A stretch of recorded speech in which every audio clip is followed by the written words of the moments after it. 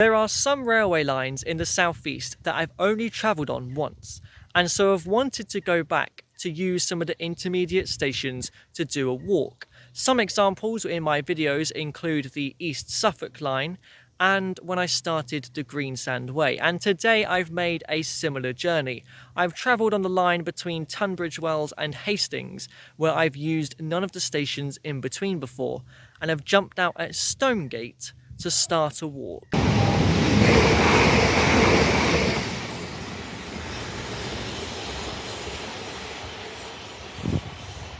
Stonegate Station opened as Witherenden in 1851, but that name only lasted 3 months because in December it changed to Ticehurst Road before settling on its current name in 1947. And up here is where I'm beginning my walk. I've literally been walking 30 seconds from the station.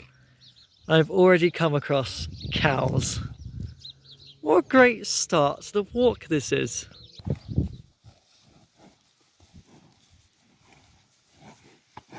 And after another couple of minutes of walking, I've got sheep now.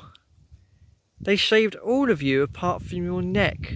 Today's walk is inspired by a website I came across a couple of years ago known as the Saturday Walkers Club, which lists quite a few hundred walks that you can do down in the southeast. And the best thing about it is that a lot of them use very quiet stations out in the middle of nowhere that I otherwise never would have come to or looked at to have done a walk around. I've done some of their walks before and have always enjoyed them, and so have decided to come out to Stonegate today to do another.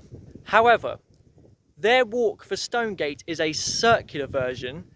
I will not be doing that. They offer alternative paths which you can take, so I'm going to do something a little bit different.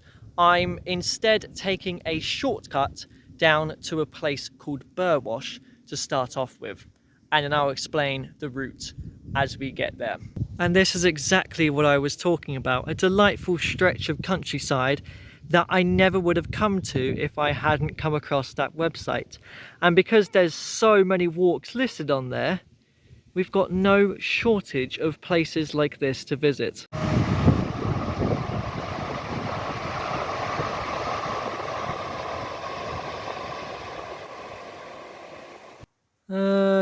That's a curious door. That makes me feel like I'm about to walk through into some sort of magical woodland kingdom or something. Except I'm not going that way. I'm about to cross over the railway line. Wow, some fantastic views over on the other side. Right, let's make sure it's safe to cross. We're all good. Let's cross quickly. I should point out that we are in the county of East Sussex today. Right, let's carry on. I will say on my experience thus far though, that some of the gates have been quite tricky to open and some of the footpaths haven't been the best maintained. I was meant to cut across this field here, but it's quite overgrown with a very prickly kind of vegetation, so I just kind of went around instead. But I am about to cross a bridge which is passing over the River Rother, which is a river which I think we'll see a couple of times on our walk today. Oh, I feel bad that I'm going to have to scare all these sheep away, but I need to get to another little bridge over, I guess, a small tributary of the River Rother, which is to my left, to get out of this field. Sorry, shit. Oh my god, you're down in the tributary. Sorry, you lot. I'll take that as it's okay, mate. And over from the field of sheep, I've now got a field of cows, and they are right in my way. Well, I successfully navigated my way around the cows, and I now find myself in a wood, Honeybrook Wood to be precise. Maybe that's that name of that tributary that I just crossed. It's actually just started spitting with rain, actually quite heavily, even though it says 0% chance of rain right now. I was just going to point out how I like that house down there. and how I've now got this little track to follow into Burwash. I'm currently getting a wash. You know what? There's worse places to take shelter under a tree to allow a quick shower to pass. Actually, I think it stopped. It definitely feels like a countryside walk today if we're coming across a lot of cows and sheep and whatnot. I've made it down into the village of Burwash now, and what a delightful little village it is. This was a local area of Mr. Rudyard Kipling, and there's a statue of him here. He was known for works such as The Jungle Book and Just So Stories. In fact, there is even a sculptured Just So Stories right next to him. There's even a map here made out of tiles and little artwork that I assume local kids have drawn. And if we actually look at the map itself, even this is made out of a bunch of tiles, and it's very, very nice. Unfortunately, Rudyard Kipling's son, John, was killed in action during World War I. And if you walk up towards the War Memorial beside the church, you can spot his name on it.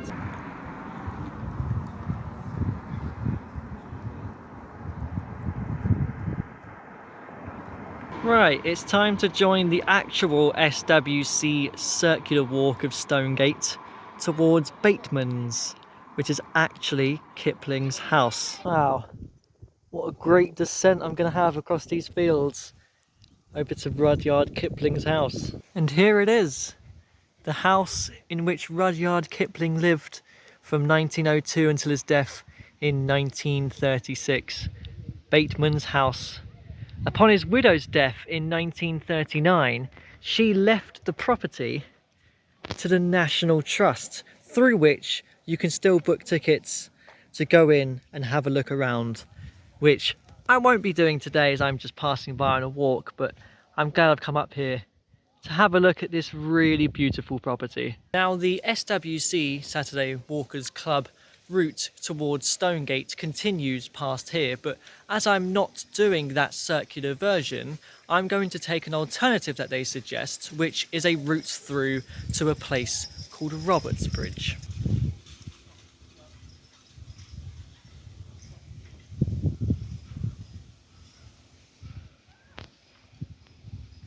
I love these mill buildings that you get scattered about in the English countryside. Don't come across them too often. I've got a bridge here over the River Dudwell, which I can only assume at some point probably meets up with the River Rother that we saw earlier.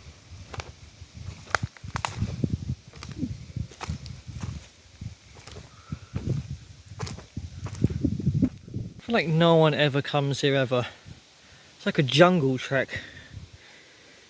And there's just old like farm machinery here too. Whoa, what the hell is all this?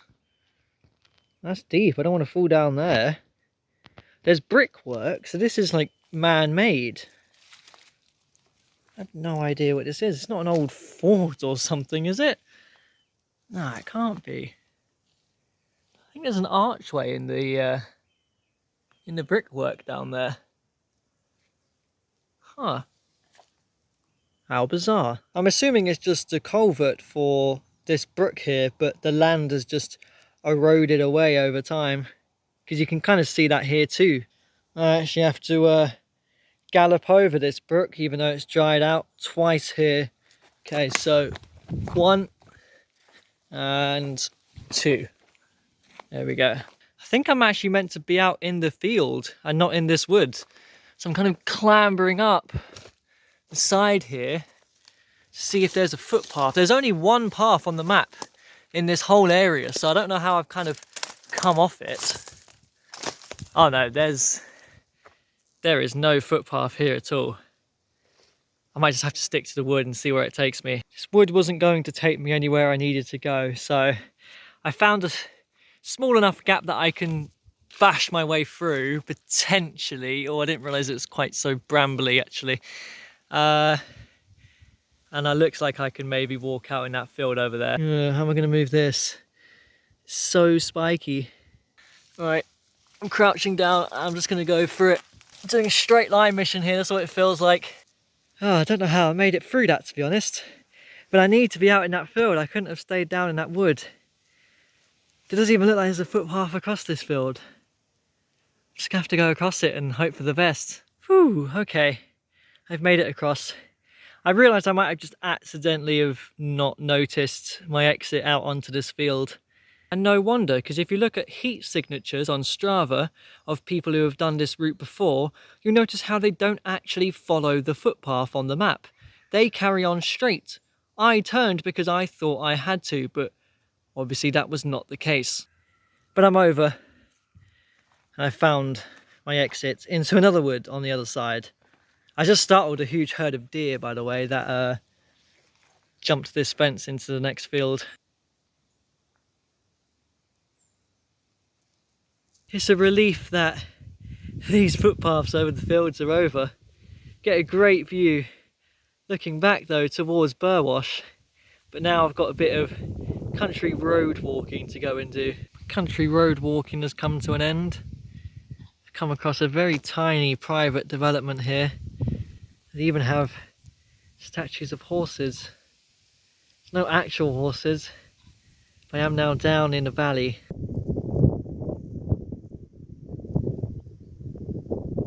It's a shame this is private land over here, because sitting down on the banks by this lake would have been really nice for a lunch stop.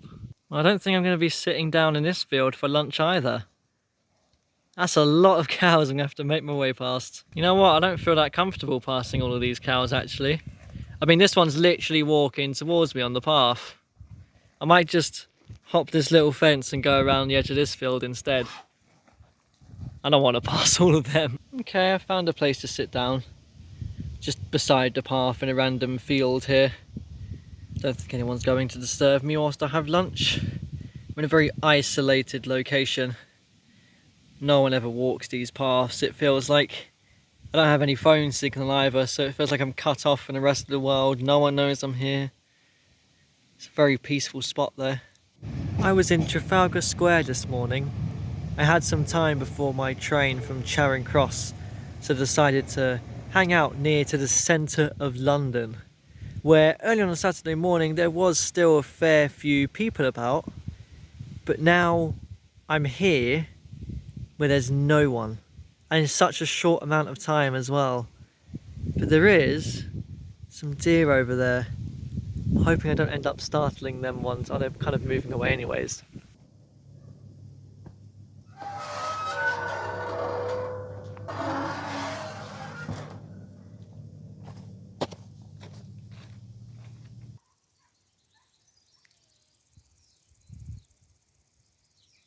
There's a train passing behind me back there, which means I've made it into Robertsbridge. In fact, the station is actually just behind that farmhouse back there. But I'm not ending my walk here at Robertsbridge station. I will come back here one day because there is another SWC walk that starts here and is another circular route. What I'm going to do instead is extend this walk up to a station called Etchingham, which is between Stonegate and Robertsbridge, because there is no walk on the SWC website that starts or ends there. So I'll probably never get a chance to use that station. So I thought I'd take the opportunity today. Feels weird to be back in a populated area because today's countryside walk has felt like new levels of isolation. But I'm liking Robertsbridge so far. I mean, it has a George Inn, so, you know, that's fantastic. And a clock tower as well, which is really nice. And also, if I walk down here, our favourite things to see, a village sign here for Robertsbridge. I wonder if I'm actually standing on top of the Robertsbridge itself here. What I do know is that that is part of the River Rother down there, and I've treated myself to a quick drink and some sweets just because there was a shop, and you know, I've been out in the sun all day. It's nice to have a refreshing drink. Robertsbridge is not only home to one station but two. Right next door to it there is a Robertsbridge Junction station which is part of the Rother Valley Railway, kind of like how Kidderminster has a heritage railway station right next door.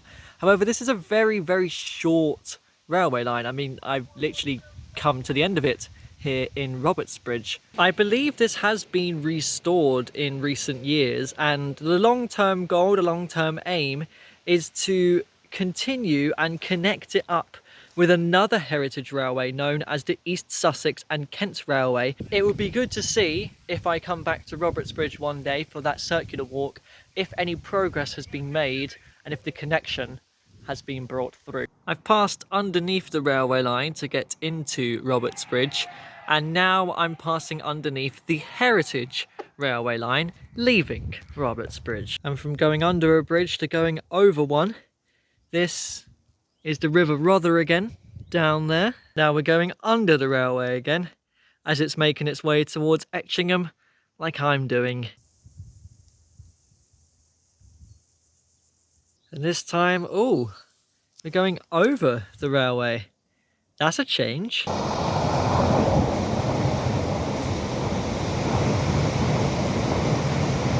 And we've got a double whammy of going over bridges. It's not the railway, but it is the River Rother yet again. Told you we'd come across it a few times on our walk. Guys, I don't think you're prepared for what I'm about to tell you. I don't think you're ready. We're not going under, we're not going over, but we're going across the railway. Just like we did near the beginning. Safe to cross? Yes. Let's go.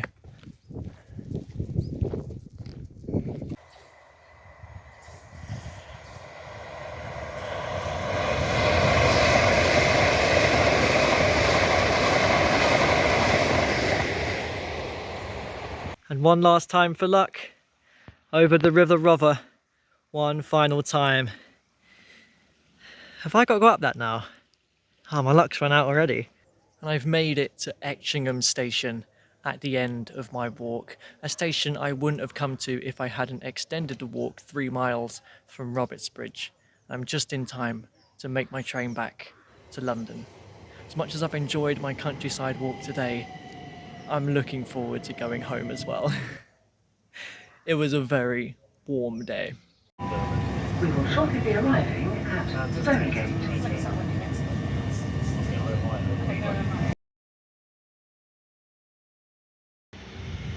Whoa, I've got a little dungeon underneath their house.